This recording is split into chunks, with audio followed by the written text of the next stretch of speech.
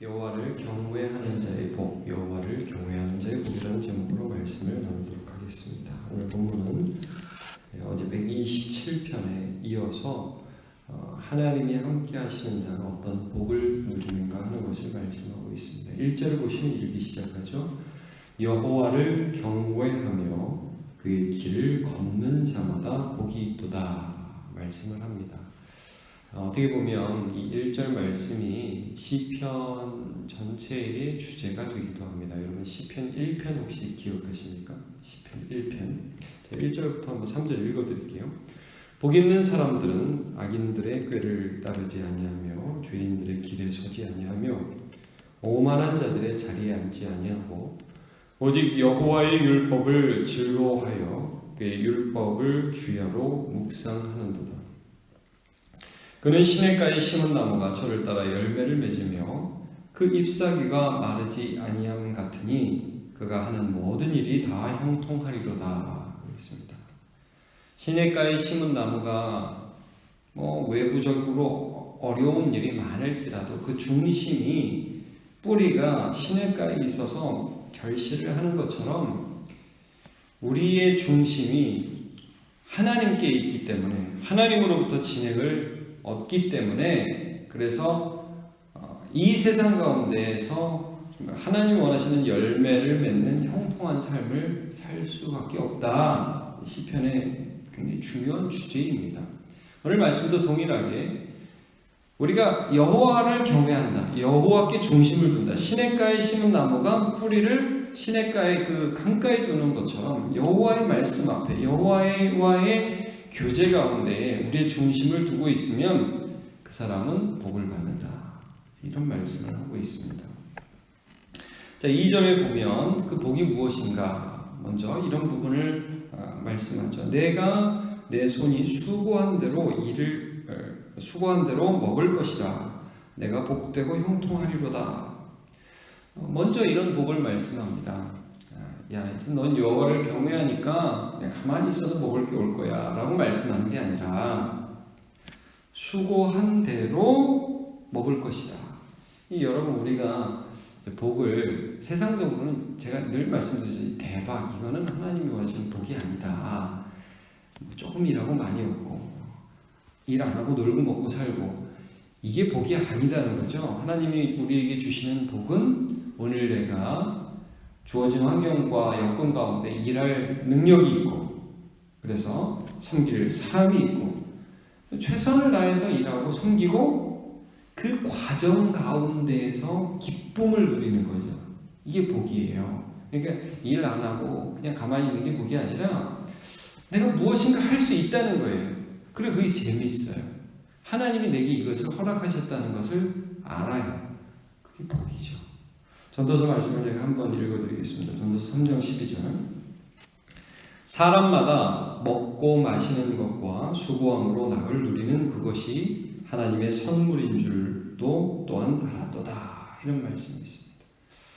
하나님께서 이렇게 우리가 먹을 때 오늘 열심히 일하고 저녁에 이렇게 가족과 함께 밥을 먹고 또 아침에 맛있게 이 음식을 먹고 또 하루를 시작하고 막 하기 싫어서 억지로 하는 게 아니라 하나님 오늘도 하루를 시작하게 해주셔서 감사합니다. 그래서 기쁨으로 먹고 또 마시고 일하면서 힘들기도 하지만 성취감도 얻고 또 누군가를 섬긴다는 보람도 얻고 하면서 이게 하나님이 주시는 복이다 그랬습니다. 여러분 요즘에 세상 사람들이 이거는 정말 죽지 못해 하는 일, 먹기 위해 하는 일, 그 다음에 끝나면 노는 게 인생의 목적 이렇게 점점 가죠. 하나님의 복이 아닙니다. 하나님은 우리가 하는 모든 일 가운데에서 기쁨을 얻을 수 있도록 우리에게 힘을 주십니다. 그리고 여러분 오늘 아침에 하나님 말씀 딱 듣고 하루를 시작하시면서요. 매 순간마다 하나님의 함께 하심을 누리면서요. 기쁘게 감당하시길 축복합니다. 자, 3절을 보시죠. 또 어떤 복을 말씀하시느냐. 내 집 안방에 있는 내 아내는 결실한 포도나무 같으며 내 식탁에 둘러앉은 자식들은 어린 감람나무 같으리로다. 말씀을 합니다. 여기 보면 아내와 자식들이 나오는데 그 아내를 뭐라고 표현을 합니까? 이제 물론 결실한 포도나무, 아름답게 열매 맺은 어떤 과일의 비교를 하고 있고, 또 자식들은 어린 감람나무라는 건 여기 올리브 아닙니까? 이 참 이렇게 잘 돋아나고 있는, 자라고 있는 감람나무 같다. 근데 이 아내를 어떻게 표현하냐면 내 집 안방에 있는 내 아내라고 말씀을 합니다. 말하자면 네가 하나님의 복을 받아가지고 네 아내가 네 집 안에 방에 있는데 아내가 너무너무 행복해하고, 그러니까 말하자면 내가 복을 받아서 내 아내가 결실을 했어요. 너무너무 사랑스럽고 너무너무 이쁘고 너무너무 좋은 거예요. 그러니까 여러분, 복을 제대로 받으면요 이런 거죠. 내가 복을 제대로 받으면 내 옆에 사람이 행복합니다. 예. 내 자녀들이 너무 잘 자라는 거예요. 왜요? 아니, 가장이 행복하고 가장이 기쁘고 가장의 은혜가 충만한데 아이들이 그렇게 잘 자라나는 거죠. 이 복이라는 거예요. 복. 그러니까 나는 죽어, 나는 힘들어, 근데 애들은 잘, 이게 아니에요. 여러분, 흘러가는 거예요. 하나님께서 먼저 은혜를 주셔서 그 기쁨들이 내 가족에게 먼저 흘러가는 거예요. 야, 우리 아빠 보면 진짜 예수 믿고 싶다.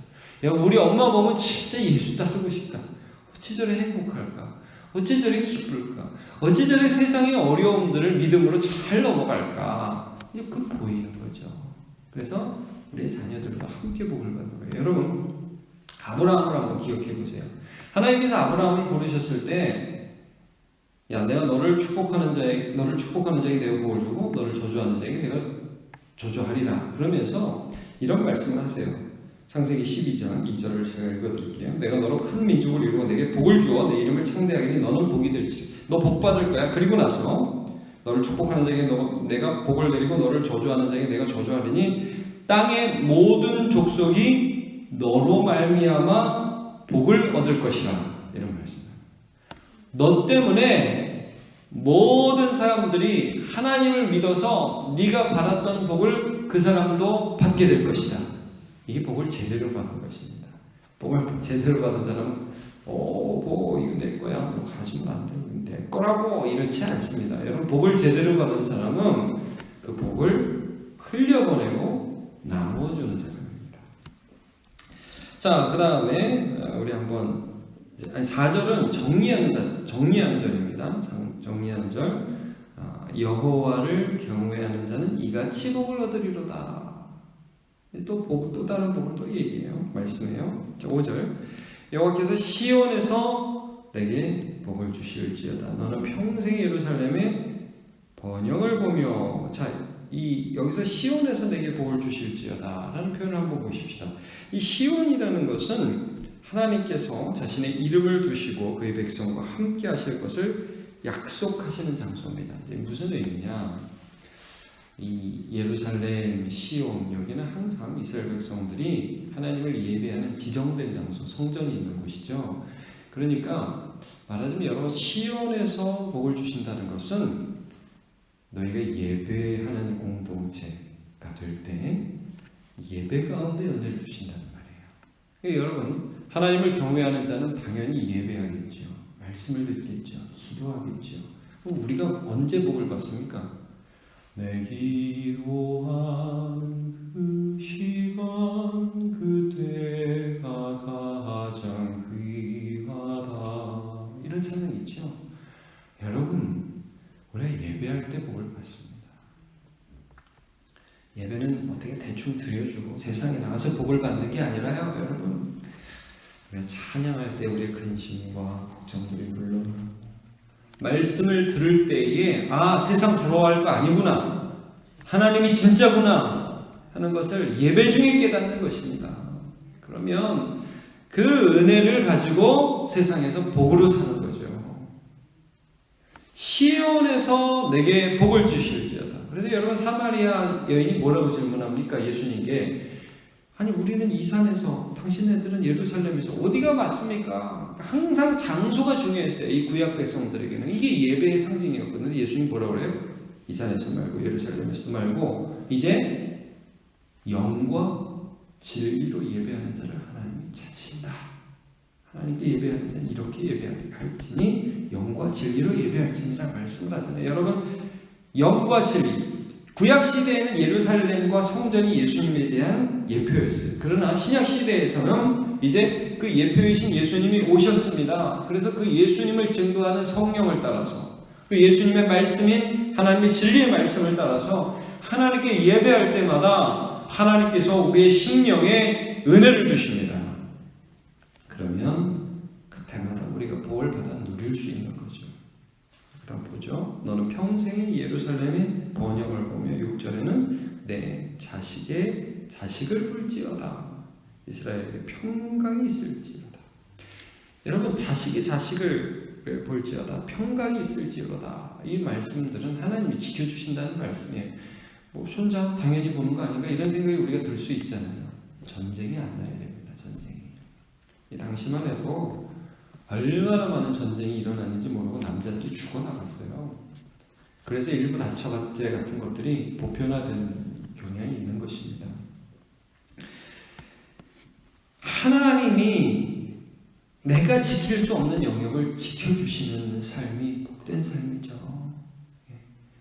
내가 할 수 없는 것을 하나님이 해주시는 것을 우리가 보는 것이 그게 복이죠. 그게 평강이죠. 샬롬이죠. 예루살렘이 뭐예요? 여러분, 예루살렘 그럴 때 그게 샬롬이잖아요. 샬롬. 평강이 있는 땅이죠. 평강이 있는 백성이 되는 것이 하나님의 복이라는 것을 말씀하고 있습니다. 오늘 여호와를 경외하는 자가 받을 복을 이렇게 쭉 말씀을 했습니다. 여러분, 내가 복 받으면 나만 복 받는 게 아니라 내 가족과 나와 맞닿는 사람들이 복을 받는 게 참 잘 복을 받는 것이고요. 예배 중에 하나님이 은혜 주십니다. 그리고 이 말씀처럼 우리를 지켜주시고 평강하게 하시고 우리가 할 수 없는 것들, 우리의 안전을 지켜주시는 그 하나님, 이 땅에서뿐만 아니라 정말 영원한 하나님 나라까지 우리의 안전을 지켜주시고 보전해 주시잖아요. 그 은혜들을 날마다 하나님 경외해서 받으시는 저와 여러분 되시기를 축복합니다. 기도하겠습니다. 하나님, 복 있는 사람, 그 사람은 여호와를 경외하는 사람이라고 했습니다. 하나님 말씀 앞에 머물고 하나님의 말씀 앞에 머리를 조아리고 찬양하며 기도하며 하나님의 은혜가 우리의 단단한 심령들을 날마다 뚫고 깨며 은혜 주시는 것을 경험하는 자가 참된 복된 자라는 것을 오늘도 말씀해주고 있습니다. 주님, 오늘도 이 새벽에 우리의 심령에 은혜를 내려 주시옵소서. 그 은혜로 하루를 살아가기를 원합니다. 그래서 하나님, 나만 복받고 끝나는 인생이 아니라 내 주변의 모든 사람들에게 평강과 기쁨을 나누어 줄 수 있는 은혜를 우리의 삶에 허락하여 주옵소서. 예배할 때마다 하늘의 신령한 복을 내려 주셔서 예수님이 믿어지게 하여 주시옵소서. 하나님, 우리의 삶을 지켜주셔서 이 생의 삶뿐 아니라 올 생의 삶까지 주님께서 책임져 주시고 보존하여 주시고 믿음을 지키기에 함께하여 주옵소서. 감사드리며 예수님의 이름으로 기도하옵나이다.